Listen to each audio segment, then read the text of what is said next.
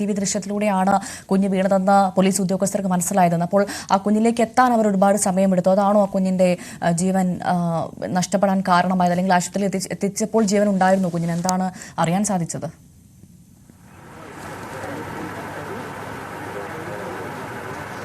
ഭവ്യ 10 മിനിറ്റോളം ഈ കുഞ്ഞ് ഈ മാലിന്യക്കുഴിയിലേക്ക് വീണ് കിടന്നു എന്നാണ് സാക്ഷികൾ പറയുന്നത്.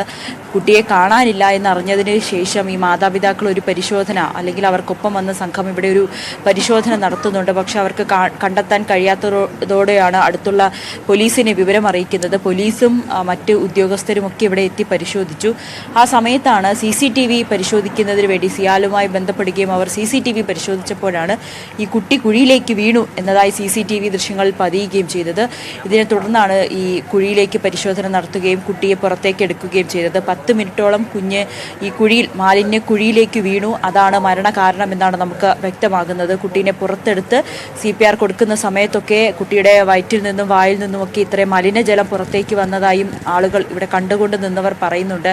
ഉടനെ തന്നെ ആശുപത്രിയിലേക്ക് എത്തിച്ചു. പക്ഷേ ജീവൻ നിലനിർത്താൻ കഴിഞ്ഞില്ല എന്നുള്ളതാണ് ഏറ്റവും വിഷമകരമായിട്ടുള്ള സംഭവം. 3 വയസ്സ് മാത്രമേ ഉള്ളൂ. 3 വയസ്സുള്ള കുഞ്ഞ് മകൻ ഈ മാലിന്യ കുഴിയിൽ വീണാണ് മരിച്ചിരിക്കുന്നത്. ഇവിടെ വാർത്താക്കുറിപ്പിൽ പറയുന്നത് പ്രകാരമാണെങ്കിൽ പൊതുജനങ്ങൾക്ക് പ്രവേശനമില്ലാതിരുന്ന സ്ഥലത്താണ് അപകടമെന്ന് പറയുന്നു.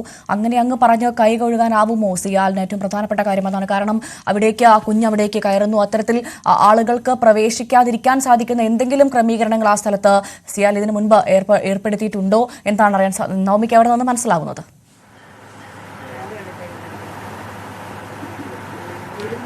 ഭവ്യ, ഇതാണ് ഈ അന്നാസാറ കോഫി ഷോപ്പ്. ഇതിന്റെ പുറകുവശമാണ് ഈ നിൽക്കുന്ന ഈ കുട്ടി വീണ ഭാഗം. ഈ കോഫി ഷോപ്പിന്റെ ഈ പുൽത്തകിടി നമുക്ക് ഈ കാണാം. ഈ കുട്ടികളൊക്കെ ഇവിടെ വരുമ്പോൾ സ്വാഭാവികമായിട്ടും കളിക്കുന്ന ഒരു പുൽത്തകിടിയുള്ള നിറച്ച ചെടികളും മറ്റും ഒക്കെയുള്ള ഒരു ഭാഗം തന്നെയാണ് ഇവിടെ. പക്ഷെ ഒരു പ്രവേശനമില്ല എന്നോ അല്ലെങ്കിൽ പൊതുവഴിയല്ല എന്നുള്ള ഒരു ബോർഡ് പോലും ഇവിടെ ഇല്ല. പിന്നീട് എങ്ങനെയാണ് ഇത്തരത്തിലുള്ള ഒരു വിശദീകരണം നൽകി കൈയൊഴിയാൻ സിയാലിന് കഴിയുക എന്നുള്ളതാണ് ഏറ്റവും പ്രധാനപ്പെട്ട കാര്യം. നമുക്ക് കാണാം, ഈ ടെർമിനലാണ്, ഈ ഡൊമസ്റ്റിക് ടെർമിനലാണ്. ഇവിടെ നിന്ന് യാത്രക്കാർ വന്നതിന് ശേഷം നേരെ പോകുന്നത് ഈ ആഹാരം കഴിക്കുന്നതിന് വേണ്ടി ഈ കോഫി ഷോപ്പിലേക്ക് കടക്കുന്നു.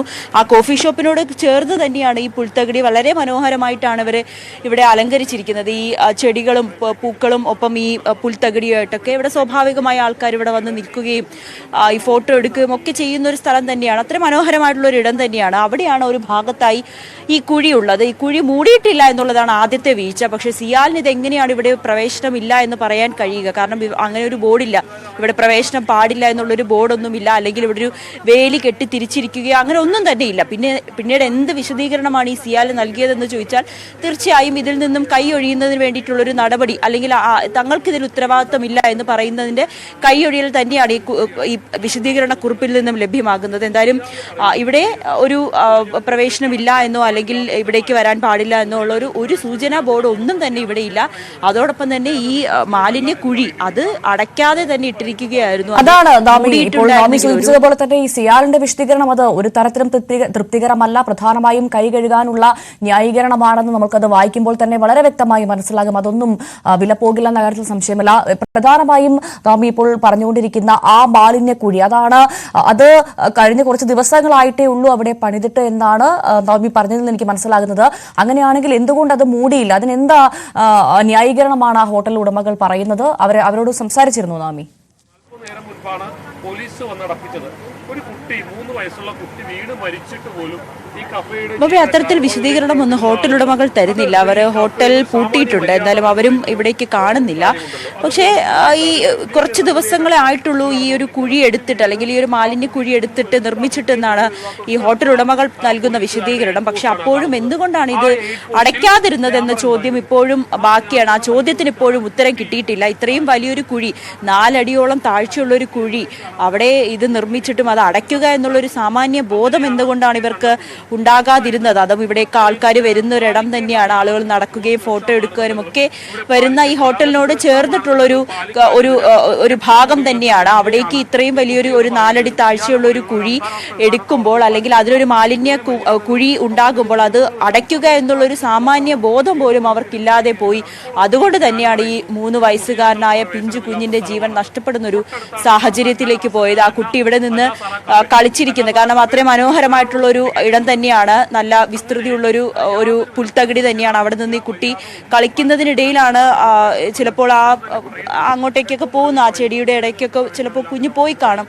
അങ്ങനെ ആയിരിക്കും ഈ കുഴിയിലേക്ക് വീണത് എന്ന് നമുക്ക് അനുമാനിക്കാൻ കഴിയും. പക്ഷെ കുട്ടികളുടെ മാതാപിതാക്കളുടെ ഒരു എന്താ പറയുക, ഒരു സെക്കൻഡിലെ ഒരു അശ്രദ്ധ, അങ്ങനെ തന്നെ നമുക്കിതിനെ പറയേണ്ടി വരും. ഒരു സെക്കൻഡിലുള്ള ഒരു അശ്രദ്ധയാണ് ഈ കുട്ടിയുടെ ജീവൻ വരെ നഷ്ടപ്പെടാനുള്ള ഒരു കാരണത്തിലേക്ക് നയിച്ചത്. CCTV ദൃശ്യങ്ങളിൽ നിന്നുമാണ് കുട്ടി കുഴിയിലേക്ക് വീഴുന്നത് കാണുന്നതും.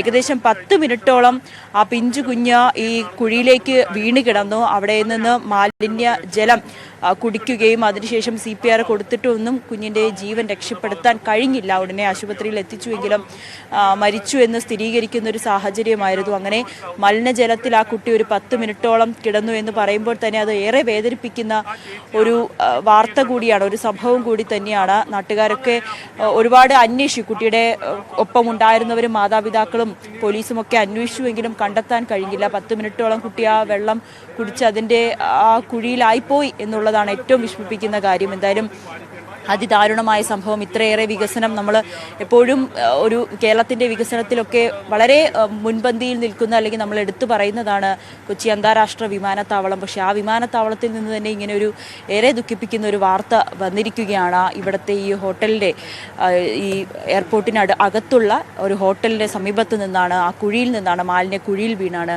ആ കുട്ടി മരിച്ചിരിക്കുന്നത്. ഭവ്യ, അതാണ് എന്തായാലും നെടുമ്പാശ്ശേരി വിമാനത്താവളത്തിലെ കഫ്റ്റീരിയയ്ക്ക് സമീപം മാലിന്യക്കുഴിയിൽ വീണ് 3 വയസ്സുകാരന് ദാരുണാന്ത്യമുണ്ടായിരിക്കുന്നു. രാജസ്ഥാൻ സ്വദേശിയായ സൗരഭിന്റെ മകൻ റിതൻ രാജുവാണ് മരിച്ചത്.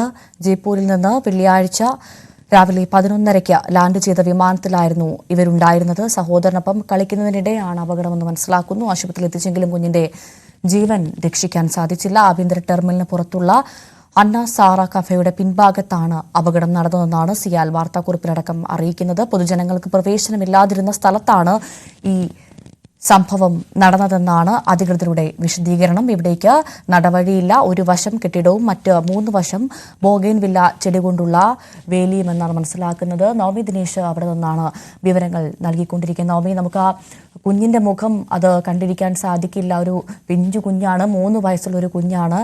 മാതാപിതാക്കളുടെ അശ്രദ്ധയും നമ്മളിവിടെ എടുത്തു പറയേണ്ടതുണ്ട്. അതോടൊപ്പം തന്നെ ഇത്ര വലിയൊരു കുഴി അവിടെ ഉണ്ടായിട്ട് അത് മൂടാതിരുന്ന ഹോട്ടൽ ഉടമ, അവർ അതിന് ഉത്തരം പറഞ്ഞേ മതിയാകുള്ളൂ. സിയാലിൻ്റെ ന്യായീകരണം ഒന്നും വില പോകില്ല എന്നും നിസ്സംശയം പറയാം, അല്ലേ?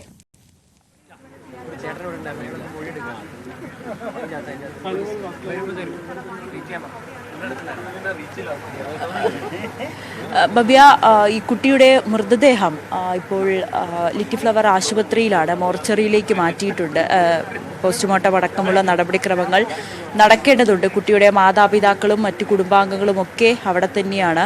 ഈ സംഭവം അറിഞ്ഞ ഒരു ആഘാതത്തിൽ നിന്നും അവരിപ്പോഴും മുക്തരായിട്ടില്ല. ഇന്ന് അവർ രാജസ്ഥാനിൽ നിന്നും കൊച്ചിയിലേക്ക് എത്തിയതേ ഉണ്ടായിരുന്നുള്ളൂ. അതിനിടയിലാണ് ഇത്രയും വലിയൊരു ദുരന്തം ആ കുടുംബത്തിന് സംഭവിച്ചിരിക്കുന്നത്.